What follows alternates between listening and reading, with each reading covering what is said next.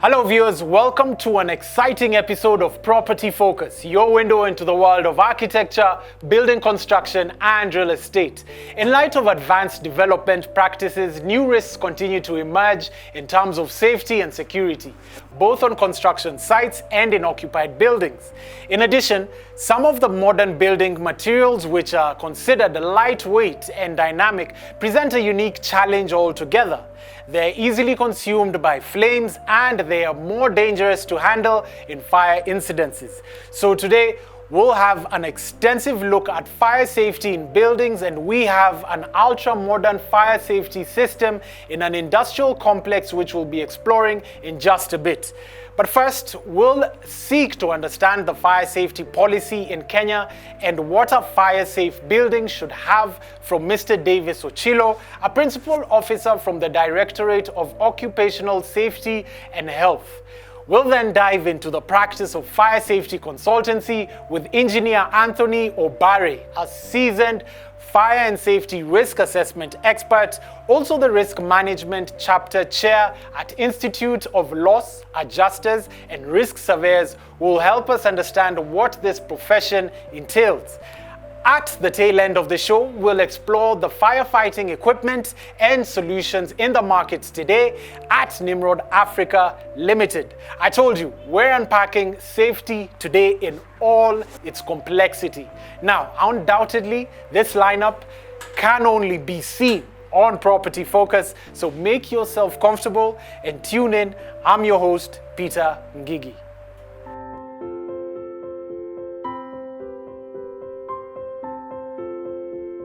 Now, it's a no-brainer that safety always starts with you.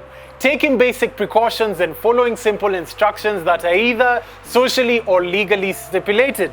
But often, very few people care to learn about fire prevention and disaster preparedness. That's why negligence is the number one cause of fire accidents and property destruction. But hey, all the blame doesn't quite fall on you, or does it? Now we're going to talk to Mr. Ochilo, who's going to tell us a bit more on this matter. Welcome to Property Focus. Thank you. Thank you very much. Yes. Now tell us, what are the requirements a safe building needs to meet? A safe building starts from construction. Okay. So the first thing is that the building has been approved by the relevant government authorities. Then for us, as the department that deals with occupational safety and health in the workplaces, we require that the architectural plans are submitted to us for approval. Okay. And among the things we look at is that the risks, the fire risks, are taken into consideration. Okay.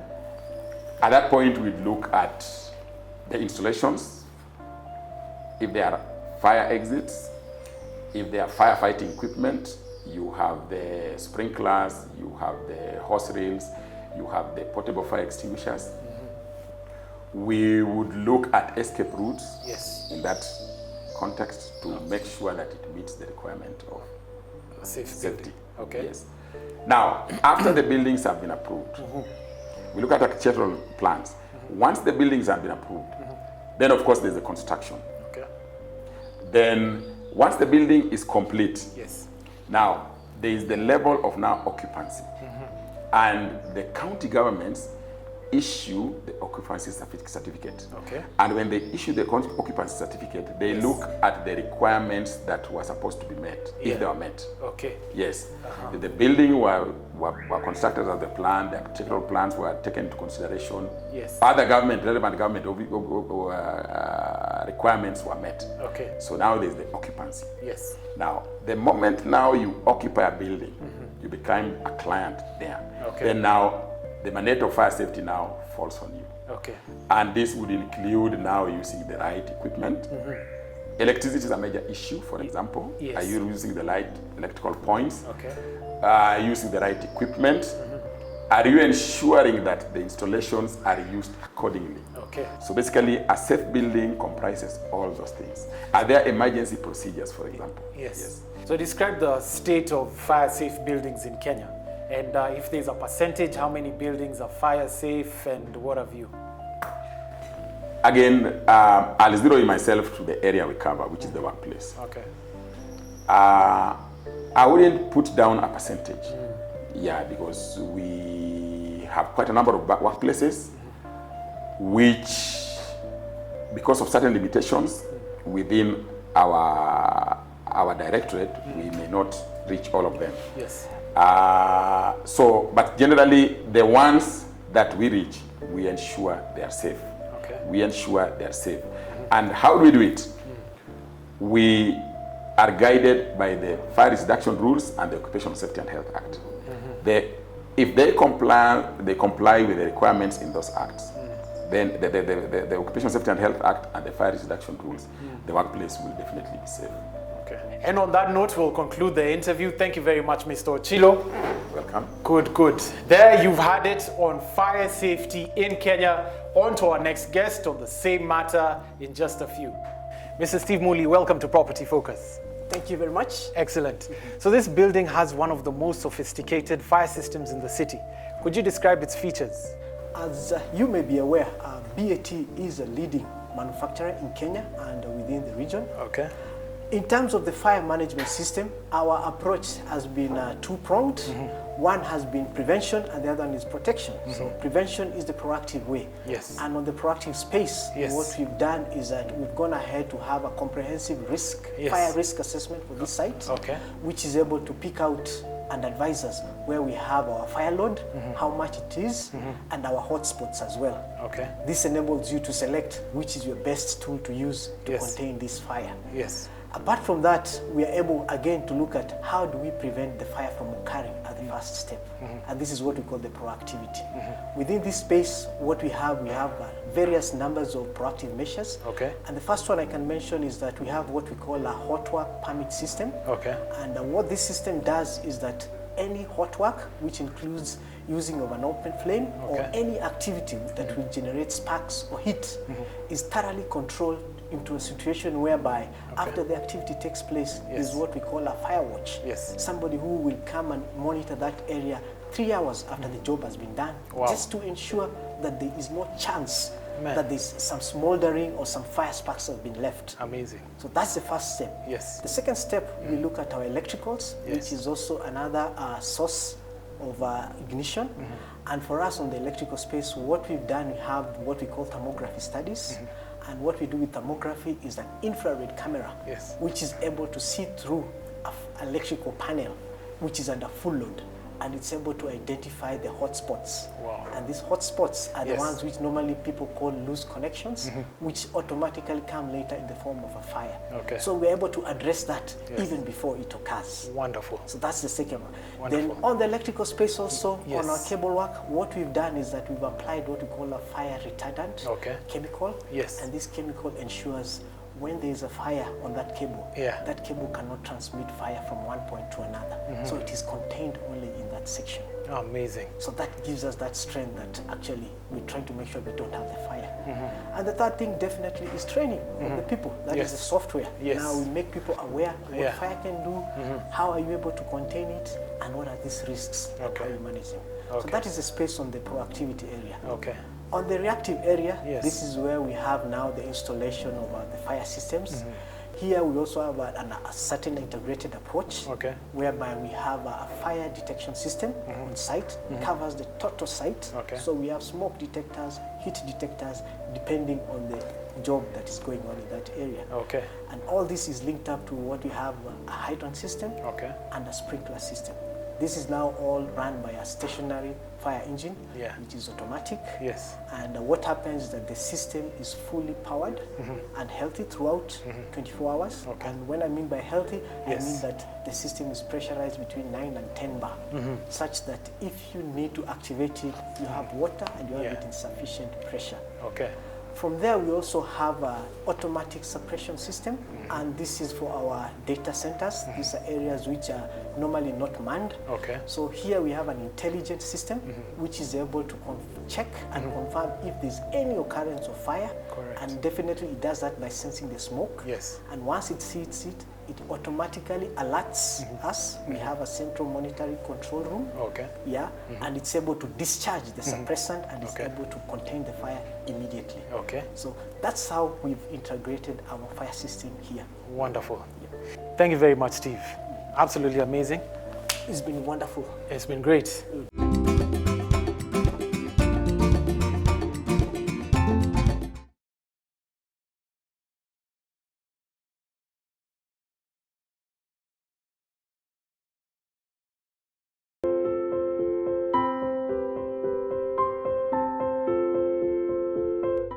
And welcome back. You're watching Property Focus, and I'm here with engineer Anthony Obare, a renowned consultant with over 20 years in the practice of fire, safety, and risk management. He's about to break it down and tell us what it's all about. Engineer Obare, welcome to Property Focus. Welcome. Excellent. So tell us, who's a fire safety consultant? A fire safety consultant is somebody who is knowledgeable in all aspects of safety, or most aspects of safety. Knowledgeable in the standards, various aspects of, could it be health, safety, all kinds of safety management. He must be knowledgeable in the standards. He must be knowledgeable on the regulations. He must be knowledgeable on the legislations required in various jurisdictions. He must also be knowledgeable on what actions to take. For instance, if you look at buildings, he must be knowledgeable on what kind of foundation for each kind of building, the depth for each height.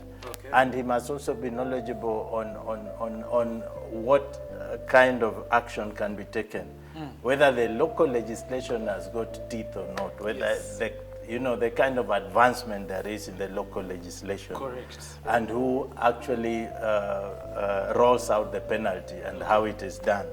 Otherwise, he may not be able to advise effectively. So stress the importance of engaging a fire safety consultant. It's very important because, for one, some of the things we have seen of late is that a building is brought down because of lack of proper safety. And that is very costly, both for the owner and even for the government, even for the contractor. It's very, it's very, very costly. So it is important that from the onset, all aspects of fire safety is put into consideration, is put into focus, so that you don't have to damage, you save on costs. Yeah, to be precise. And you save on a lot of stress. A lot of things that, and even negative publicity. So it's quite important. Speaking of publicity, what are some of the misconceptions the public has on fire safety? A lot. One is that people do feel when they see the alarms, when they see the smoke detectors, they actually think they are safe already. All right? People think that a new building is highly, is very safe. And that is not the case, because a very, flashy building with glass may be covering a lot of, elements that are very hazardous. They may be covering poor quality work. So it's quite important that some of the misconceptions that are there are ironed out very early. Most people think fire extinguishers are the same. They don't know that there are those for electrical fires, there are those for carbon paper, there are those for the kind of compartmentations we have in buildings. They are different. Some people think that fire will give them time to finish their email. And yet 30 seconds in a fire emergency is very, very key. Some people think that it is the flames that will kill, that will cause more damage. They don't know that smoke causes more damage. And they must know what to do where you've got smoke from furniture, smoke from different kind of materials within the building, even from the very carpet that we have here.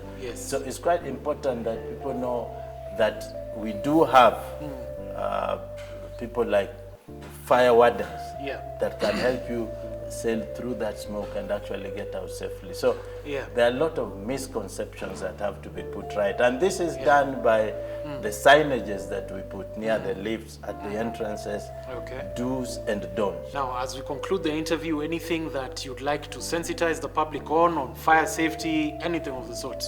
It's important for the public to know, I think, three things.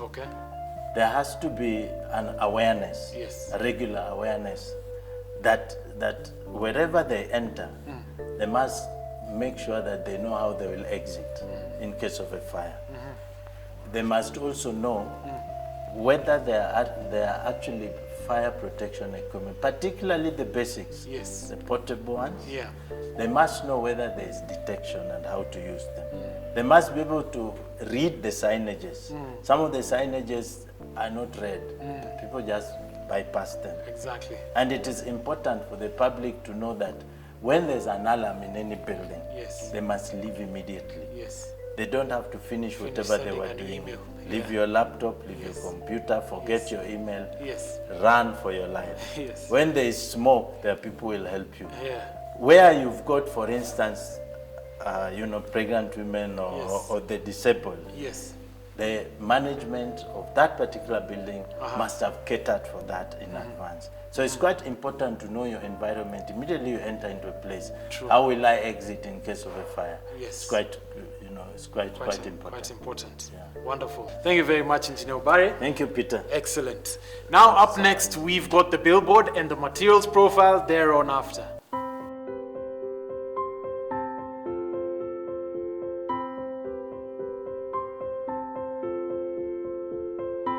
Banda Homes brings to you Hillsview Estate with 3-bedroom bungalows, master en suite in a gated community along Thika Road next to Mangu High School. These homes are on offer for just 3.5 million. For more information, call 0711 950 950. Where there's smoke, there's definitely a fire. But you'll be a self-acclaimed fire marshal right after this segment. In addition to the wonderful insights of our guests, let's now find out what the market is offering in terms of modern firefighting equipment, all in the finishing details about fire safety and management. Welcome, Disha. Please introduce yourself and tell us what your job entails. Yes, my name is Adisha Patel. I am the technical sales representative here at Nimrod Africa. Yes. And we do sales and service of fire equipment, portables. We do installation and service of fire alarm systems and pyrogen systems. Basically, whatever you require for fire safety in your premises. Okay. What are some of the solutions you have in the market today and what are the applications? The basic precautions that anyone in Kenya should follow have been put down by law. Okay. The fire risk reduction rules for 2017 by the Kenyan government in CAP 514. Yes. So everybody can go through them and see what their properties need to have in regards to fire safety. When we come to equipment, we have the fire extinguishers, which are the portable extinguishers that are supposed to be kept in premises, whereby they can be used manually as soon as somebody detects a fire. We have the fire alarm systems, which have sensors and they detect fire, and everybody is aware of a fire. We have the evacuation signs that I said, the fire exit signs, which will guide somebody who is evacuating a building in case there is a fire. We have the pyrogen system, which is an automated system. As soon as it detects fire, then you would have the extinguisher extinguishing the fire. It does not require any manual assistance. It also has a connection to a switch whereby you can manually press the switch and the mag unit will discharge itself so that it can extinguish the fire. So how have the solutions changed the market today? Fire extinguishers and fire equipment have evolved. Okay. We had our fire extinguishers late in the 1700s, which used to be the soda acid extinguishers, where you used to have reactions of acids and salts to expel water from a container to fight the fire. From the 1700s to the 1800s, we now came up with the extinguishers, which are the portable extinguishers. Which is what we have. over Which is here. what we have. The European standards came up late in the 1960s, whereby a standard was set on different classes of fire and where different extinguishers can be used. So now for the modern technology, we're looking at different kinds of chemicals. We have the wet chemical extinguishers that are for fat and oil fires in restaurants. When we talk about fire alarm systems have evolved in a way that we now have GSM units which can now alert the owner, even if he's not at the premises, that there is a fire. That's nice. We have signages that have evolved from non-luminescent or non-photogenic to photoluminescent signages. As we move on, technology and science is helping us in a way to fight our enemy, which is fire, in better ways. So there's a general misconception about what the public has towards fire safety equipment. Could you clarify on some of that? Yes, a general human being believes that I've never had a fire. Yes. I'll not have a fire. Yes. So normal times we are not equipped with the Yeah. right kind of equipment to fight a fire, and Yes. it brings in calamities. Okay. Secondly, we think all extinguishers are the same. You can just grab an extinguisher and fight a fire. Yes. That is not the case, because different kinds of fires require different kinds of extinguishers. Correct. Coming to that, we also need people to be aware of what kind of extinguisher needs to be used in what kinds of fires. Okay. Yes. So then in the event of a fire, can Yes. anybody then come extinguish a fire, or you need the professional to come and handle that fire?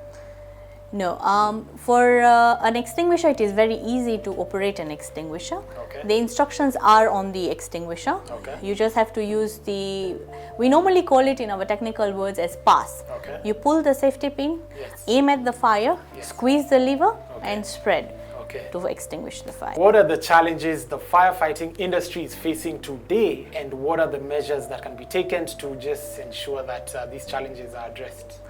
The major challenge that we face is that we might have the equipment in place, we have the alarm system in place, Okay. but it is not well maintained. Yes. You don't need to have a system Yeah. that is not working. So the challenge is to service and maintain the same. Okay. As long as you have an equipment and is serviced well, it will give you you will be able to use it at the right time. Okay. If the alarm system is not working, there is no worth of spending millions of shillings installing an alarm system and it's not working. True. Yes. So the only answer to that problem would be everybody should be aware of the regular maintenance and service of the equipment. Okay. So what would you like to tell our viewers about firefighting or anything? Kenya is a developing country. Yes. We have business projects coming up, and I would like the general public to have fire safety at the initial stages. Okay. Before you even build a building. Make sure that you know that your building is fire safe. You know that you have the right kind of equipment. Even for domestic users, make Okay. sure when you have your home, you have it protected, because you have spent millions or thousands of shillings to make that house a home. Yes. So Kenya as a whole, we should be equipped with the fire equipment at the initial stages Okay. to be protected from any fire calamities. Wonderful. Thank you very much, Disha. Really appreciated having you on the show. Thank you, Peter. Well, we've come to the end of today's show, and we hope that you're now better informed about fire safety. Hope that next time you'll do better to prevent or manage fire accidents in future. Property Focus is your window into the world of architecture, building construction, and real estate. And of course, I'm your host, Peter Ngigi. See you next week, same place, same time. Ciao.